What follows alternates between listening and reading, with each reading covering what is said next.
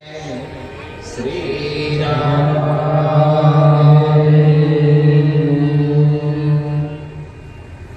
आनंद नहीं है। जय जय श्री राम श्याम।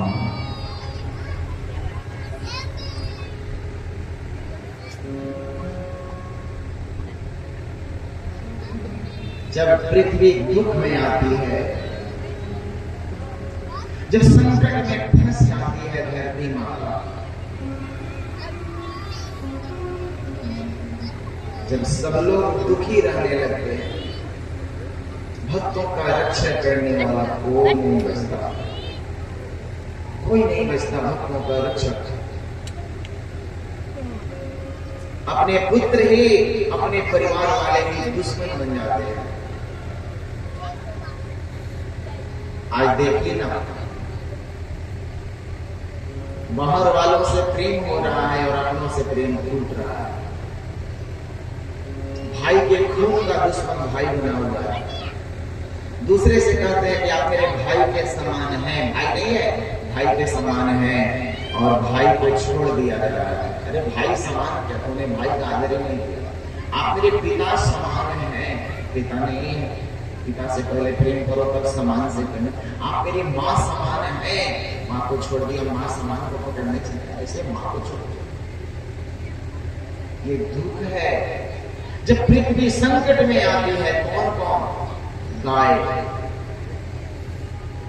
ब्राह्मण, सज्जन, भक्त, स्त्रियां, धरती माता और धर्म, तब भगवान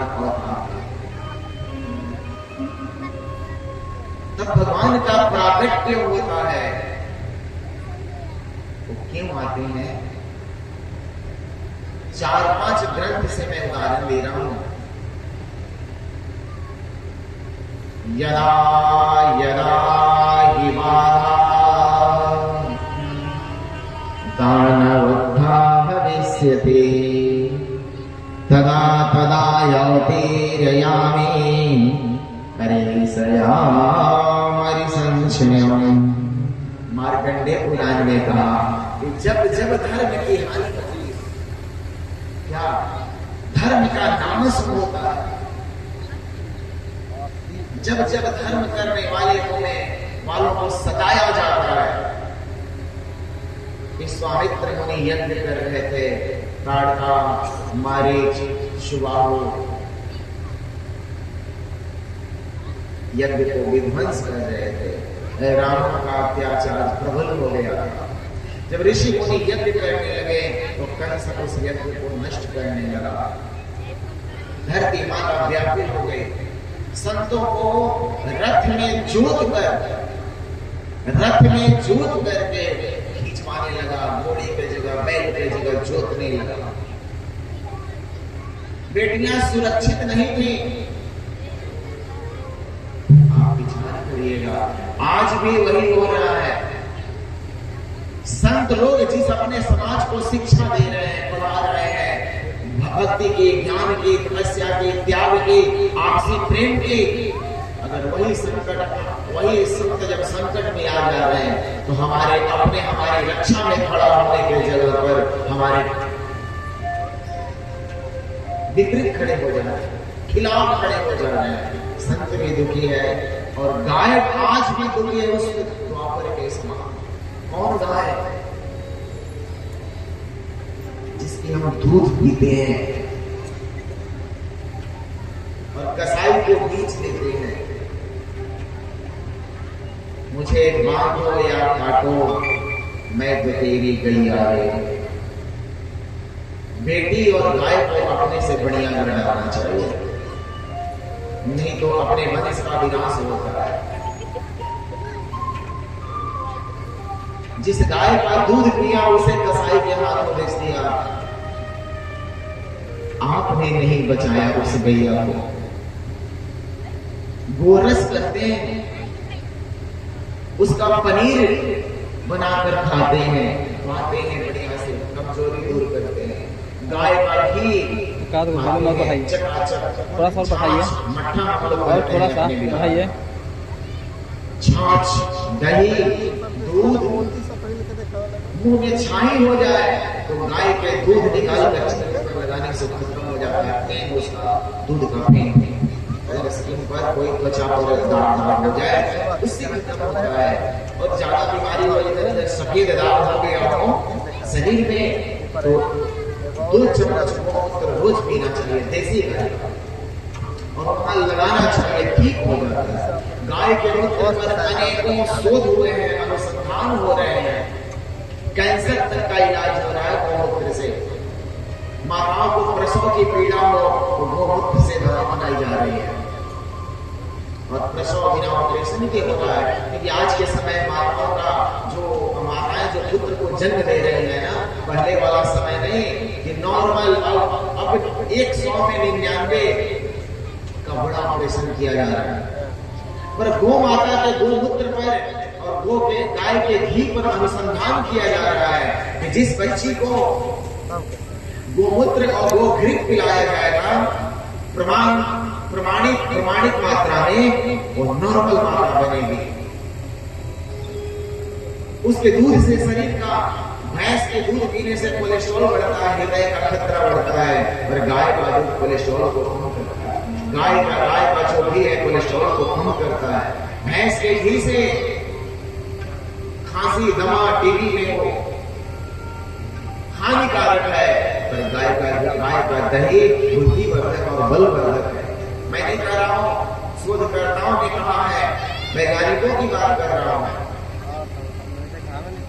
ऐसी गौ माता को जीवन भर दूध पिलाया, आपने कुत्ते धारण करके आपने दूध पिया। हाँ, मेरे यहाँ गाय माता 7 किलो दूध देती है, जब बूढ़ी हो जाती है तो हम बेच देते हैं, हम रक्षा नहीं कर पाते। क्या हमारी माँ बूढ़ी हो जाएगी तो हम बेच देंगे कसाई के यहाँ?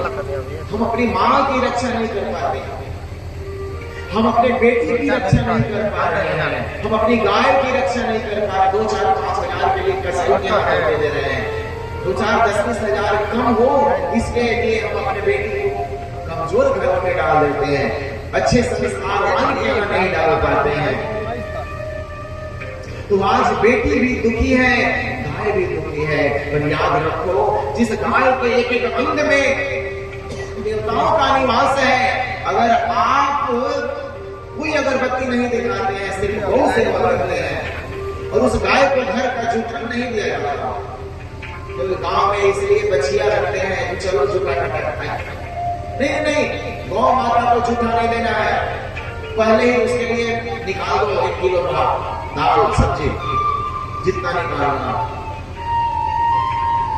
आप अगरबत्ती नहीं दिखाते हैं और गौ माता की सेवा करते हैं, विश्वास रखिए सभी देवता आप पर प्रसन्न हैं, आपके घर में लक्ष्मी और स्वास्थ्य का वास हो। अगरबत्ती दिखाना पूजा नहीं, गर्भ पूजा है। वर्क इज वर्शिप, इंग्लिश में कहा एक राइटर ने, तो वर्क इज वर्शिप, कर्म ही पूजा है, निष्काम कर्म ही पूजा है। जिस गाय को का दूध पिया उसको बेच दिया, जिसके रोम रोम में देवता वास करते हैं। अगर आप अपने घर गाय को नहीं रख पाते हैं तो जो गौशाला में गाय रख रहा है, उस गाय के 10 दिन की खुराक, 1 महीने की खुराक दान दो।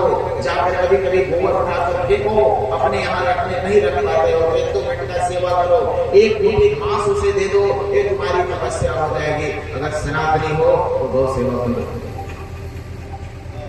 गाय का अपमान नहीं, गाय का सम्मान। जिस भारतवर्ष में गाय का सम्मान श्री दंडी स्वामी जी महाराज कहते थे कि सजीवान ओढ़ा, जिस गांव में, जिस घर में गाय रौंदती है, बोलती है, मानो वहां वेद की ध्वनि हो रही है। मैं प्रैक्टिकल की बात कर रहा हूं। आप गाय के मुख से कभी बदबू नहीं सुनते होंगे। आपको गाय के मुख से हमेशा गूगल का सुगंध आती है, गूगल धूप की। आप देखिएगा, जिस गाय के पीठ पर उबड़ फेंका रहता है, देश की। अब गाय को 5 मिनट सहला लीजिएगा, पॉजिटिव ऊर्जा आपको मिलेगा। ये भागवत का सार होता है, क्योंकि गैया मेरे गोविंद को बहुत प्यारी है। गाय की सेवा करने से मेरे कृष्ण प्रसन्न हो जाते हैं। गाय की सेवा करने से अनेक प्रकार की सौंदर्य आती है। जाते हैं वृंदावन में लोग, छोटी छोटी